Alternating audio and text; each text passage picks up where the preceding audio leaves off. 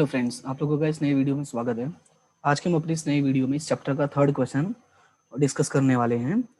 ये क्वेश्चन मैंने एक एक्सरसाइज से लिया है, क्वेश्चन नंबर 16 है, जिसका नाम है नीला और शीला।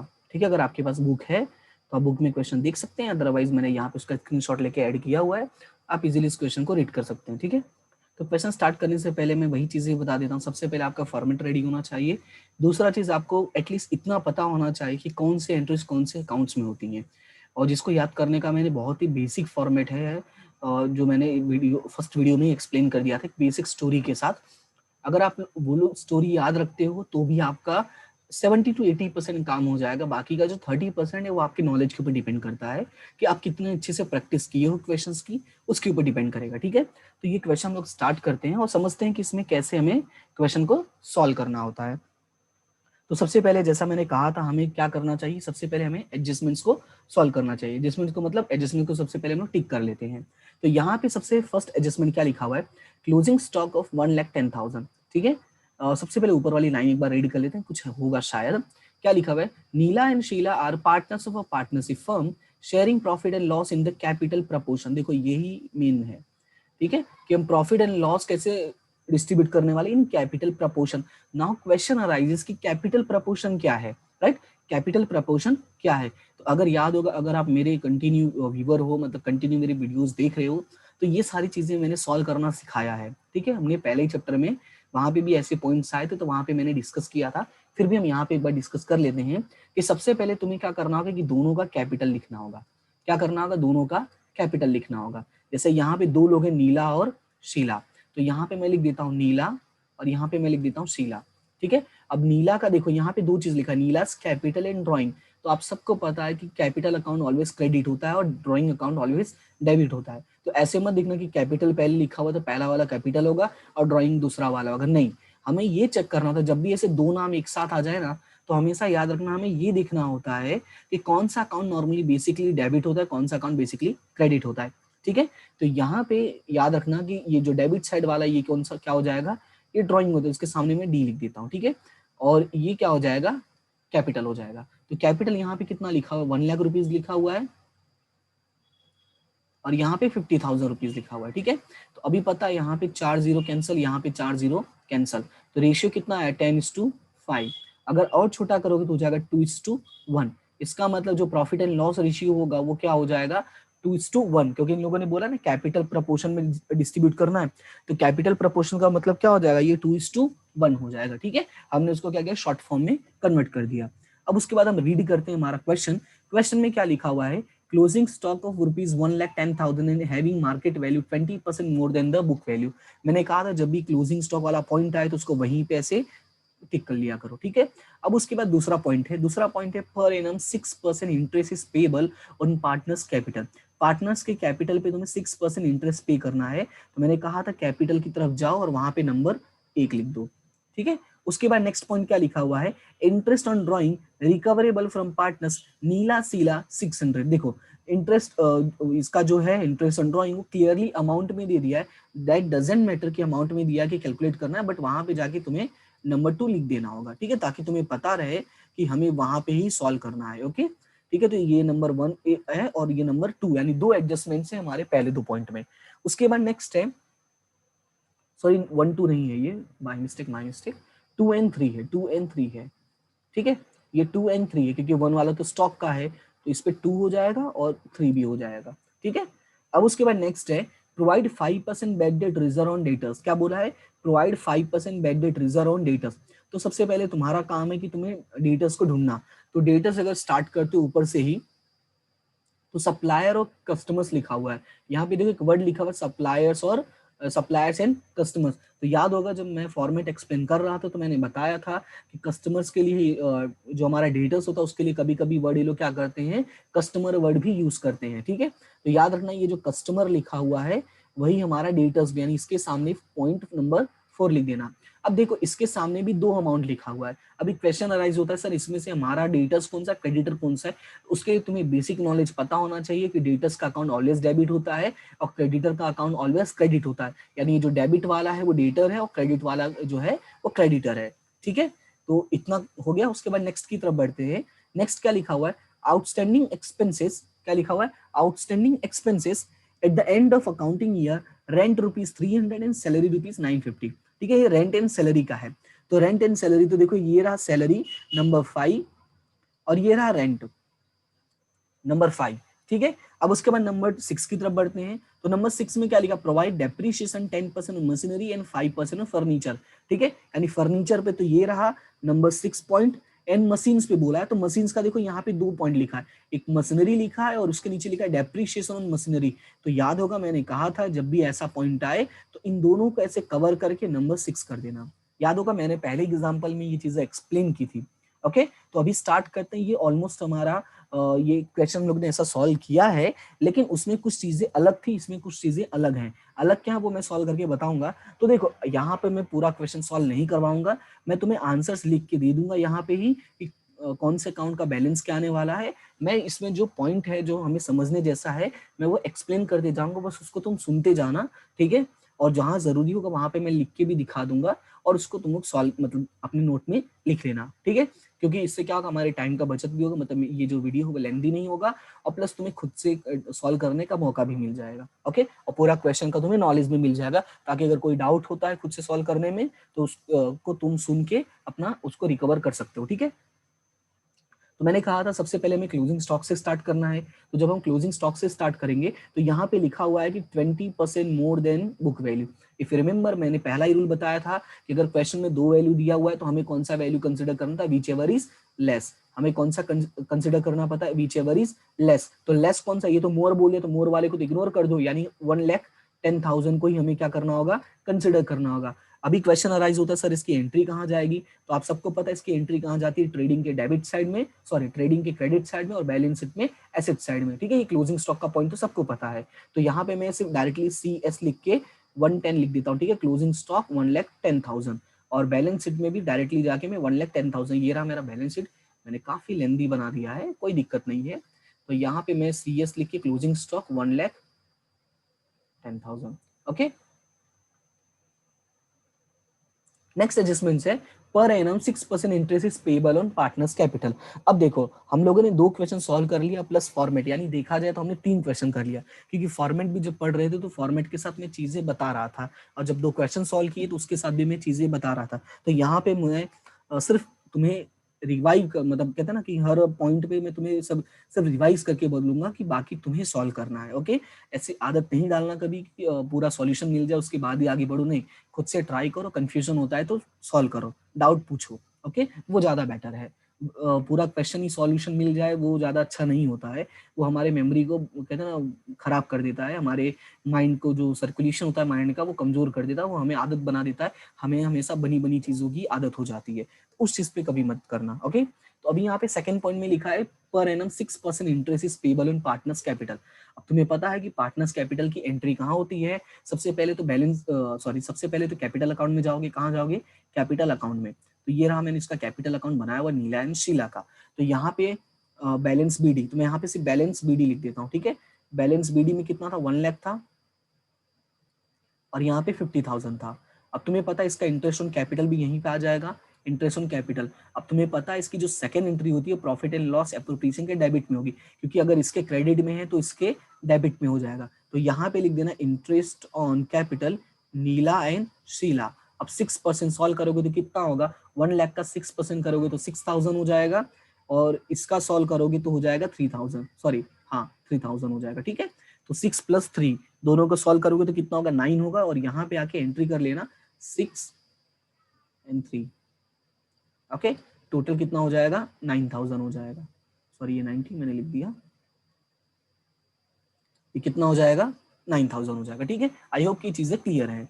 अब उसके बाद नेक्स्ट पॉइंट पढ़ोगे तो नेक्स्ट लिखा है interest on drawing recoverable from partners. अब ये तो क्लियरली दे दिया है तुम्हें क्या करना। अब देखो अगर कैपिटल का तुम्हें पता है तो ड्राइंग का तुम्हें इजीली पता चल जाएगा। सबसे पहले ड्राइंग का बैलेंस लिखना, फिर इंटरेस्ट ऑन ड्राइंग लिखना, और इसकी सेकेंड एंट्री जो होगी वो कहाँ होगी, प्रॉफिट एंड लॉस एप्रोप्रिएशन के क्रेडिट साइड में। तो यहाँ पे मैं लिख देता हूँ interest on drawing. In case अगर डाउट रहे तो ये पॉइंट देख लेना। ठीक है, बाकी तुम्हें पता अमाउंट दे दिया है, सिर्फ कॉपी पेस्ट करना है। ठीक है।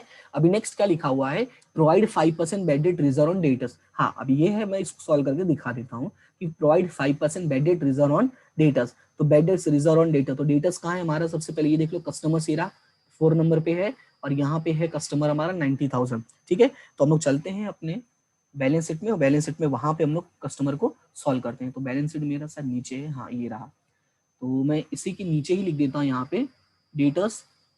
डेटर्स कितना था मेरा, 90,000। ठीक है, और परसेंटेज कितना था, एक बार मैं वापस देख लेता हूँ परसेंटेज कितना था कंफर्म करने के लिए, 5%, राइट।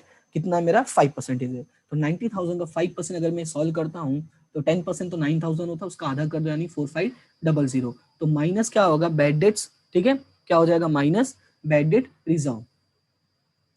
बैड डेट रिजर्व कितना, 4500। तो यहाँ पे बचेगा कितना, 85,500। कितना बचेगा, 85,500। ओके, अभी तुम्हें पता है इसकी सेकेंड एंट्री क्या होती है, तो सेकेंड एंट्री का मैंने पूरा फॉर्मेट बताया था। देखो ये चीजें हैं जो तुम्हें बार बार करना पड़ेगा, इसलिए इसको मैं बता दूंगा। फॉर्मेट का मैंने क्या बताया था, सबसे पहले 2 बार बैड डेट्स लिखना है। ठीक है, फिर मैंने क्या बताया था कि 2 बार रिजर्व लिखना है, याद होगा मैंने बताया था 2 बार रिजर्व लिखना। तो एक लाइन छोड़ के लिखने के लिए मैंने बताया था, तो एक लाइन छोड़ के लिखना। ठीक है, अब 2 लाइन लिख दोगे तो भी कोई दिक्कत नहीं है। बैड डेट रिजर्व, फिर मैंने कहा था स्टार्टिंग के 3 प्लस करने और लास्ट वाला हमें क्या करना, माइनस।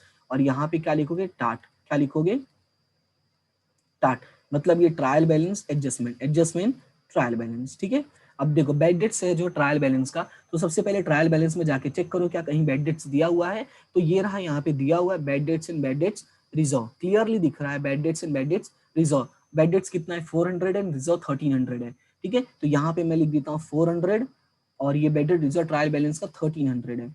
ओके, अब उसके बाद क्वेश्चन में बैड डेट्स दिया हुआ है, तो बैड डेट्स हमारे पास नहीं है, तो बैड डेट्स की जगह पे मैं क्या कर दूंगा, टिक कर दूंगा, यानी डैश कर दूंगा। ये 400 है, इसको मैं थोड़ा ढंग से लिख देता हूँ, 900 लग रहा है।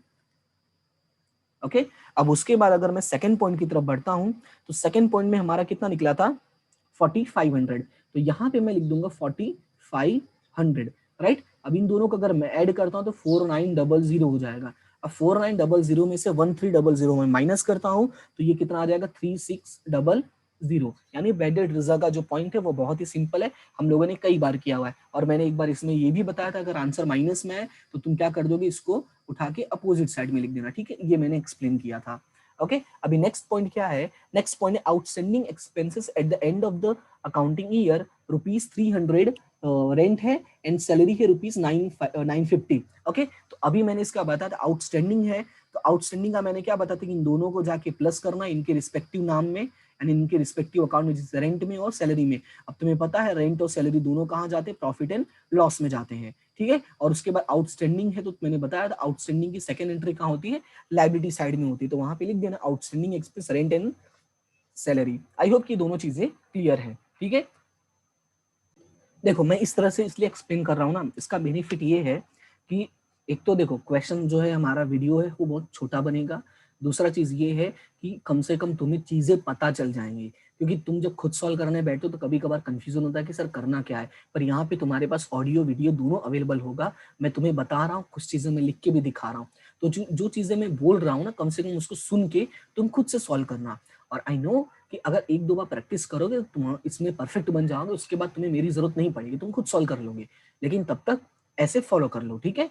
और मैंने 2 क्वेश्चन पूरा सॉल्व करके दिखा दिया है, कोई नई एंट्री आएगी तो मैं उसको पूरी तरह से एक्सप्लेन करके बताऊंगा, उसका टेंशन मत लेना। ओके, ये जो एंट्री है बैड डेट्स का, और ये 2 एंट्री कॉमन एंट्री और हर क्वेश्चन में आ रही है, ये चारों हमने इसके पहले वाले क्वेश्चन में भी सॉल्व किया, इवन ये डेप्रिसिएशन वाली भी एंट्री सॉल्व की है, ये वाली एंट्री भी सॉल्व की, यानी देखा जाए तो घूम फिर के वही एडजस्टमेंट्स बार बार आते हैं। दैट्स व्हाई मैंने सोचा कि बार बार इनको लिखवाने से बेटर है जो न्यू होंगे मैं उनको एक्सप्लेन कर दूंगा। ओके, अभी नेक्स्ट है provide depreciation 10% of machinery and 5% of furniture. देखो ये चीजें मैं बता देता हूँ क्योंकि इसमें कुछ ना कुछ कभी कभी कंफ्यूजन हो जाता है। सबसे पहले जैसे फर्नीचर का है और ये है मशीन से, 2 है, तो याद होगा मैंने कहा था कि जब भी मशीन से डेप्रिसिएशन मशीनरी दिया होगा, इसका मतलब ये है इन लोगों ने एक रैंडमली अपने मन से डेप्रिसिएशन कैलकुलेट किया था, पर आफ्टर कैलकुलेशन इनको रियलाइज हुआ कि भाई हमें वापस कैलकुलेशन की जरूरत पड़ने वाली है, तो इन लोगों ने हम लोगों को बता दिया कि भाई 10% कैलकुलेट करो।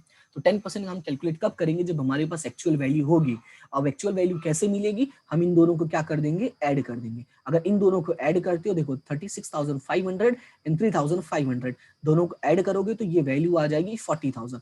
यानी हमारी जो एक्चुअल वैल्यू है वो कितनी है, 40,000। ओके, तो हम कितना लिखेंगे, 40,000 ही लिखेंगे। अब इसका सबसे पहले तुम क्या किया, अगर जब भी बैलेंस शीट में जाओ तो सबसे पहले पूरा फॉर्मेट लिखो। कैसे लिखोगे, देखो मशीन माइनस डेप्रिसिएशन, अंडरलाइन, उसके बाद आउटर कॉलम में अमाउंट, फिर फर्नीचर, फिर उसमें डेप्रिसिएशन माइनस, फिर लाइन ड्रॉ करो और जो भी अमाउंट होगी आउटर कॉलम में। अब उसके बाद इसकी सेकेंड एंट्री जो होती है वो यहाँ होगी, तो यहाँ पे लिख दो डेप्रिसिएशन ऑन मशीन। ठीक है, साथ में फर्नीचर भी है तो मशीनरी लिख दिया मैंने, मशीनरी नहीं लिखना है, मशीन है। ओके, तो मशीन एंड साथ में हमें क्या लिखना है, फर्नीचर। Okay, furniture. और दोनों का अभी कैलकुलेशन कर लेते हैं। तो कैलकुलेशन के लिए हमारे पास अमाउंट होना जरूरी है, तो फर्नीचर का 12 है और मशीन का 40 है। तो फर्नीचर का 12 है, मशीन का 40 है, तो यहाँ पे 40,000 और यहाँ पे 12,000। अब क्वेश्चन अराइज होता है कि कितना रेट था, तो तुम्हें पता है इसका रेट जो है वो 10% है और इसका जो रेट था वो 12% है। एक बार हम क्वेश्चन में वापस चेक कर लेते ताकि कोई कंफ्यूजन ना रहे। ओके, सॉरी 5% है, 10% एंड 5%। वेरी गुड, मैंने कहा ना चेक कर लेते हैं, कोई कंफ्यूजन ना रहे। ओके, इसका 5% है तो 12,000 का 5% कैलकुलेट करोगे तो ये हो जाएगा 600 और ये हो जाएगा 4,000। राइट, 40 में से 4,000 माइनस करोगे तो ये कितना हो जाएगा, 36 हो जाएगा। और ये 12,000 में से 600 माइनस करोगे तो ये हो जाएगा 11,400। आई होप कि ये दोनों चीजें क्लियर हैं। ठीक है, ये बहुत ही सिंपल पॉइंट है, इसको आसानी से हम लोग सॉल्व कर सकते हैं। अब उसके बाद हमारी सेकेंड एंट्री जो होगी इसकी, हमें सेकेंड एंट्री क्या करना है, यहाँ पे कॉपी पेस्ट करना है। कॉपी पेस्ट तुम्हें पता है 4,000 एंड 600 दोनों को ऐड करोगे तो ये हो जाएगा 4,600। राइट, दोनों को ऐड कर देना। अब देखो हमारा डेप्रीशिएट, ये हमारा जो एडजस्टमेंट है वो ऑल डन हो गया। Right, all done. तो इसके अब अगला टारगेट हमारा क्या होगा, अगला टारगेट होता है हमारा ट्रायल बैलेंस को सॉल्व करना। मैंने कहा था कि ट्रायल बैलेंस में भी कुछ न कुछ चीजें हमें मिलेंगी जो हमें समझना पड़ेगा। वो कैसे होगा, जहां पे डेट्स पॉइंट आ जाए, डेट वाले जहां पॉइंट आएंगे उनको हमें ध्यान से करना होगा। यानी यहाँ पे इन दोनों को ध्यान से देखना होगा, बाकी हम फटाफट करते जाते हैं।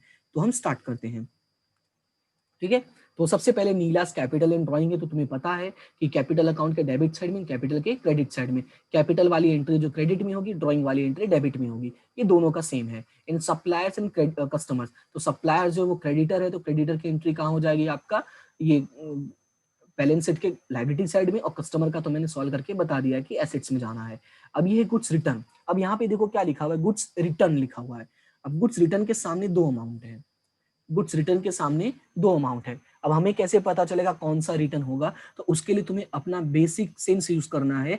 याद होगा हम 11th में जब जर्नल एंट्रीज पढ़ते थे तो वहां पे हम कैसे सॉल्व करते थे, अगर तुम्हें याद हो तो हम वहां पे कौन सा रिटर्न डेबिट होता था, कौन सा रिटर्न क्रेडिट होता था, ये याद होना चाहिए।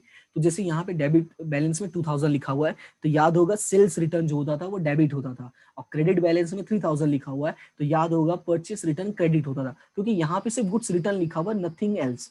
राइट, तो गुड्स रिटर्न का हमने रूल लगाएंगे, गुड्स रिटर्न अकाउंट यानी कि जब परचेस रिटर्न होता है तो क्रेडिट करते हैं और सेल्स रिटर्न होता है तो डेबिट करते हैं। यानी ये हो जाएगा सेल्स रिटर्न और ये हो जाएगा परचेस रिटर्न। तो इसकी एंट्री में लिख के दिखा देता हूँ तो बेटर है, क्योंकि ये कंफ्यूजन क्रिएट कर सकता है, ताकि आपको पता रहे कि आपके पास सॉल्यूशन है, तो डरो नहीं। ओके, तो सबसे पहले एक लाइन छोड़ देता हूँ क्योंकि हो सकता है ओपनिंग स्टॉक दिया हो। यहाँ पे मैं परचेस लिख देता हूँ, उसके नीचे में परचेस रिटर्न लिख देता हूँ। परचेस रिटर्न में कितना है, 3,000 है। ओके, और यहाँ पे मैं सेल्स लिख देता हूँ और उसी के नीचे में सेल्स रिटर्न लिख देता हूँ। सेल्स रिटर्न कितना है, 2,000 है। ओके, तो ये दोनों मैंने यहाँ पे लिख दिया है, इसको अच्छे से ध्यान रखना। अब उसके बाद नेक्स्ट है बिल्स। तो बिल्स में भी देखो दो साइड लिखा हुआ है, ध्यान से देखो, बिल्स में भी दो साइड है।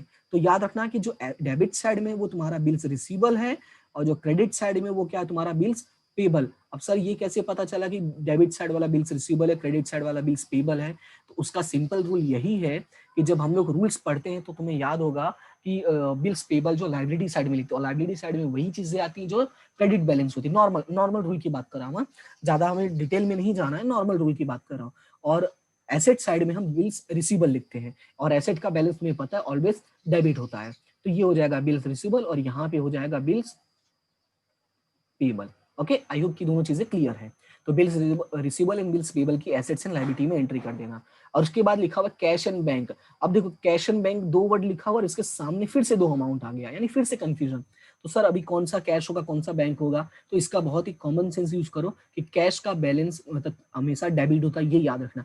कैसे याद रखोगे कि देखो अगर तुम्हारे पास 100 रुपए है तो तुम मार्केट में सिर्फ 100 रुपए ही खर्च कर सकते हो, लेकिन अगर वहीं पे मैं तुम्हें क्रेडिट कार्ड थमा दूं, यानी बैंक वाला क्रेडिट कार्ड थमा दूं, तो तुम्हारे पास 10 का तुम 15 भी खर्च कर सकते हो, क्योंकि तुम्हें पता है तुम बाद में पे कर दोगे बैंक वालों को, राइट। ये रूल होता है। तो याद रखना कभी भी कैश का डेबिट बैलेंस ही होता है, पर बैंक का कभी कभी क्रेडिट बैलेंस भी होता है, जिसको हम नाम देते हैं बैंक ओवरड्राफ्ट। आई होप कि ये दो चीजें आपको पता होगा कि इसको कैश बैलेंस बोलते हैं और इसको बैंक ओवरड्राफ्ट बोलते हैं। ओके, तो कैश बैलेंस की एंट्री कहाँ हो जाएगी, एसेट्स में हो जाएगी, और बैंक ओवरड्राफ्ट की एंट्री कहाँ हो जाएगी, लायबिलिटी में हो जाएगी। ठीक है, अब उसी के साथ नेक्स्ट पॉइंट पे पढ़ते हैं बैड डेट रिजर्व। तो ये ऑलरेडी हम लोगों का हो चुका है। ठीक है, इतनी एंट्री हमारी हो चुकी है। अब नेक्स्ट है परचेस एंड सेल्स। तो परचेस एंड सेल्स का तुम्हें पता है, परचेस एंड सेल्स में लिख देना, उसका मैंने लिख के दिखा दिया है। अब यहाँ पे लिखा हुआ है वेजेस एंड आउटस्टैंडिंग वेजेस। अब देखो दो चीजें यहाँ पर भी है, दो अमाउंट है, एक डेबिट साइड में और एक क्रेडिट साइड में है। हम सबको पता है कि जो वेज होता है वो एक्सपेंस है, और एक्सपेंस ऑलवेज डेबिट होता है, डेबिट साइड वाला तो वेज हो जाएगा।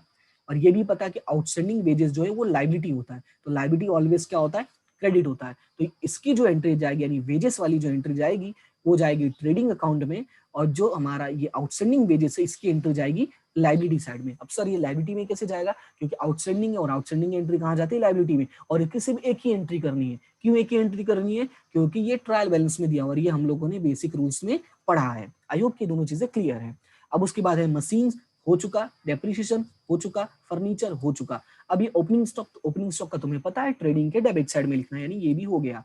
अभी नेक्स्ट है प्रीपेड इंश्योरेंस। तो प्रीपेड इंश्योरेंस यहाँ पे प्रीपेड वर्ड लिखा हुआ तो तुम्हें पता है ये कहाँ चला जाएगा, ये एसेट्स में चला जाएगा। ठीक है, प्रीपेड इंश्योरेंस का होता है हमारा एसेट होता है, ये पहले वाले क्वेश्चंस में भी आ चुका है। नेक्स्ट है सैलरी, सैलरी हो चुका है, इंश्योरेंस प्रीमियम हो चुका है। ठीक है, इंश्योरेंस प्रीमियम नहीं हुआ तो लिख देना, मतलब कि ये तुम्हारा कहाँ जाएगा, प्रॉफिट एंड लॉस में। उसके बाद रेंट एंड टैक्सेस हो चुका है, एडवर्टाइजमेंट एक्सपेंस, एडवर्टाइजमेंट तुम्हें पता है प्रॉफिट एंड लॉस में जाएगा। ओके, नेक्स्ट है गुडविल, तो गुडविल तुम्हारा एसेट्स है।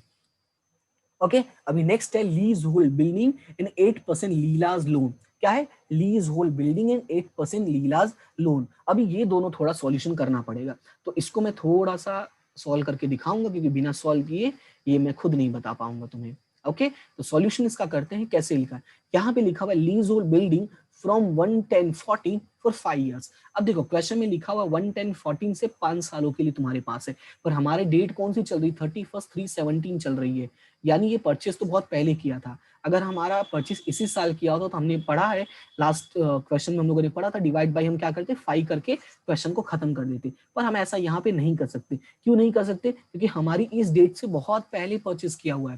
तो जब ऐसा क्वेश्चन आ जाए कि बहुत पहले हम लोगों ने परचेस किया है, तो सबसे पहले अपने डेट्स लिख लिया करो। डेट्स कैसे लिखोगे, देखो हमने जब 110 को परचेस किया था, 11014 को, राइट, तो उसके बाद हमारा इसका अकाउंटिंग ईयर कब खत्म हुआ होगा, 31/3/15 को खत्म हुआ होगा, राइट। उसके बाद हमारा नेक्स्ट अकाउंटिंग ईयर कब खत्म होगा, 31/3/16 को। नेक्स्ट कब खत्म होगा, 31/3/17 को, राइट। ये वाला तो अभी तो चल ही रहा है, ये तो हमने अभी सॉल्व ही नहीं किया है, तो इसको हम यहाँ पे इग्नोर करते हैं।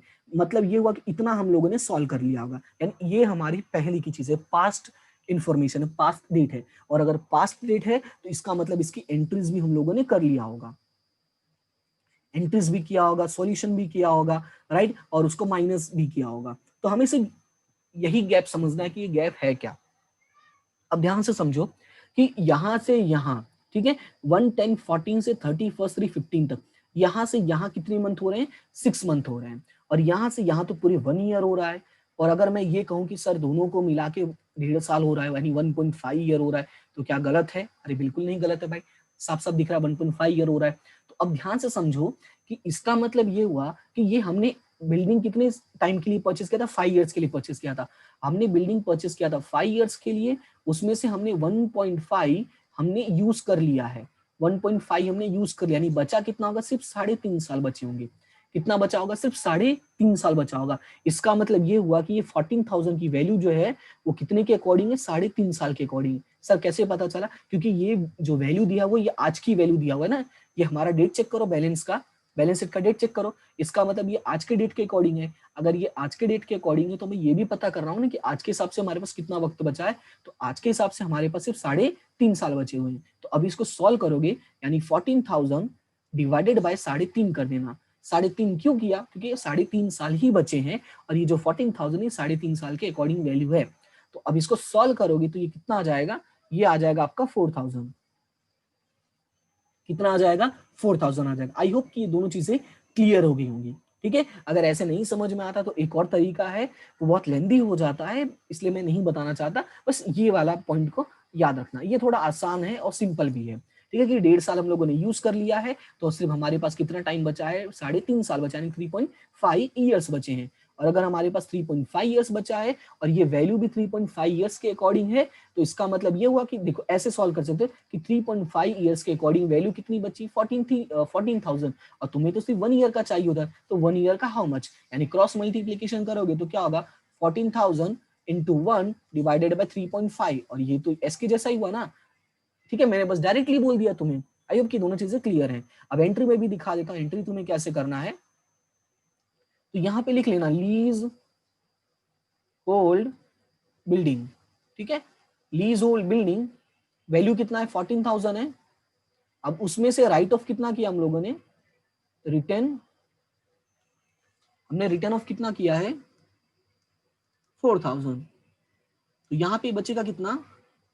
10,000। ठीक है, अब ये 10,000 बचा और इसकी सेकेंड एंट्री कहाँ होती है? प्रॉफिट एंड लॉस में होती है। तो यहाँ पे मैं डायरेक्टली लिख देता हूँ रिटर्न ऑफ अमाउंट। ठीक है, लीज्ड इन बिल्डिंग। तो यहाँ पे अमाउंट कितना आ जाएगा? 4,000 हो जाएगा। आई होप कि दोनों चीजें क्लियर हैं। अब उसके बाद नेक्स्ट था हमारा 8% लीलाज लोन। क्या है? 8% लीलाज लोन। अब यहाँ पे देखो क्लियरली 8% लिखा हुआ है, और लीला कौन है पहले क्वेश्चन में देख लो, नीला सीला, यानी ये पार्टनर तो नहीं है। नीला सीला अगर होती तो पार्टनर थी, ये थर्ड पर्सन है कोई। ठीक है, इनकी कोई रिलेटिव, क्योंकि नाम एक जैसा ही है। ओके, तो रिलेटिव तो थर्ड पार्टी में ही आ जाएंगे, और परसेंटेज भी दिया हुआ, डेट भी दिया हुआ है। जब परसेंटेज और डेट दोनों दिया तो सॉल्यूशन थोड़ा आसान होगा। तो मैं यहाँ पे सॉल्व करके दिखा देता हूँ। ठीक है, कैसे करना है देखो। सबसे पहले 30,000 अमाउंट है, तो 30,000 अमाउंट लिख दिया, 8% है। अब चेक करना है कि कितने मंथ का कैलकुलेशन करना है। यहाँ है 111। क्या है? 111। और हमारा अकाउंटिंग ईयर कब खत्म होता है? 31/3/17 को खत्म होता है एज पर दिस इंफॉर्मेशन। तो 111/16 से 31/3/17 तक जाओगे तो कितना टाइम हो रहा है? इसको डेट कैलकुलेट कर लो। 11, 12, 1, 2, 3, यानी 5 मंथ्स हो रहे हैं। तो 30,000 का 8% मल्टीप्लाई बाय 5 डिवाइडेड बाय 12। तो इसको अगर सॉल्व करते हो तो कितना आएगा? एक मिनट में चेक कर लेता हूँ। 30,000 इंटू 8% इंटू 5 डिवाइडेड बाय 12, तो ये आ जाएगा 1,000। ऐसा हो तो एक बार सॉल्यूशन करके चेक कर लेना, कोई दिक्कत नहीं है, मैंने भी सॉल्व करके देख लिया है। ये कितना आ जाएगा? 1,000 आ जाएगा, राइट।